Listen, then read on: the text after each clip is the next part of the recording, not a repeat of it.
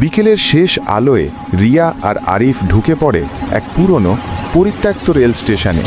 চারদিকে ধুলা আর ভাঙা লাইটের ফ্লিকার। ঠিক তখনই টানেলের ভেতর থেকে আসে একটা তীক্ষ্ণ ধাতব শব্দ। আরিফ থেমে যায়। রিয়া অন্ধকারের দিকে তাকিয়ে থাকে।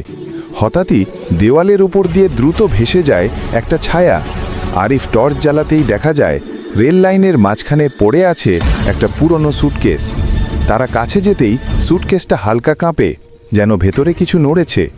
আরিফ পিছিয়ে যায়, কিন্তু রিয়া হাত বাড়াতেই তালাটা নিজে নিজে এক ঝটকায় খুলে যায়। ভেতরে কিছুই নেই, শুধু একটা হালকা আলো ছড়ানো চাবি। হঠাৎ স্টেশনের মেঝে কেঁপে ওঠে, ধুলো নড়ে উঠতে থাকে, যেন কোনো ট্রেন আসছে। কিন্তু দূরে কোনো আলো নেই। ঠান্ডা বাতাস বইতে শুরু করে, আর সেই চাবিটা আস্তে আস্তে আকাশে ভেসে ওঠে, টানেলের দিকে ইশারা করে। রিয়া চাবিটা ধরে ফেলতেই সব শব্দ থেমে যায়। পুরো স্টেশন নিস্তব্ধ হয়ে যায়। ঠিক সেই মুহূর্তে পেছন থেকে জ্বলে ওঠে তীব্র আলো। একটা আসল ট্রেন ধীরে ধীরে ঢুকে পড়ছে পরিত্যক্ত স্টেশনে। দরজা খুলে যায়, ভিতরে